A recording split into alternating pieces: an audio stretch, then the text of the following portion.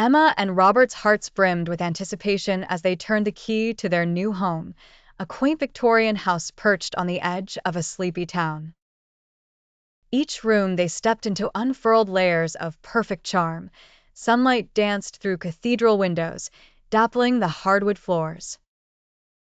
Everything seemed plucked from a dream, until the dream began to twist. Their first day was filled with laughter, the sounds of unpacking, and the occasional creak of settling wood. But as night fell, a strange chill crept into the halls. Emma brushed it off, blaming the old house. Robert, always the skeptic, laughed it away. Yet, in the deep of night, Emma awoke to the sound of footsteps echoing through the hallway. She nudged Robert awake, but the steps ceased. They lay there in the darkness, straining to hear anything that might explain the noise. Morning brought relief. Sunlight drove away the terrors of the night. But as days turned into weeks, the signs became harder to ignore. The lights would flicker without reason, illuminating the fleeting shadow of something unseen.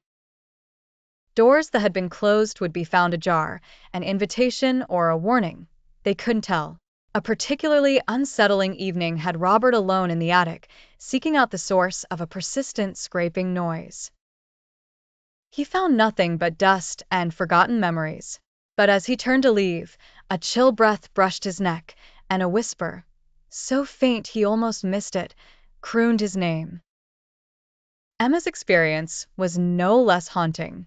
Downstairs, mirrors began to betray ghostly figures lurking just out of sight. She would catch glimpses of faces, twisted in anguish, only for them to vanish when she turned to look directly. Their initial disbelief slowly morphed into an unspoken agreement. They were not alone. Robert pored over old archives, uncovering a morbid history.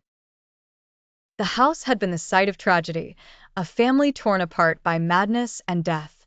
Just as they thought about fleeing, the entity made itself known.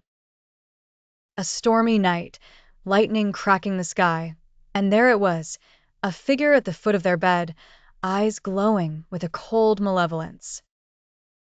Both frozen in terror, they clutched each other, unable to move. The room grew colder, an oppressive silence enveloping them. The entity stretched a ghostly hand toward them, and in a voice that was both a gasp and a growl, it spoke, "Leave, or suffer the same fate." Morning found them packing feverishly, the car loaded with whatever they could grab. They never looked back, the house standing eerily silent as they drove away, leaving behind the echoes of its tragic past and its unwelcome tenants.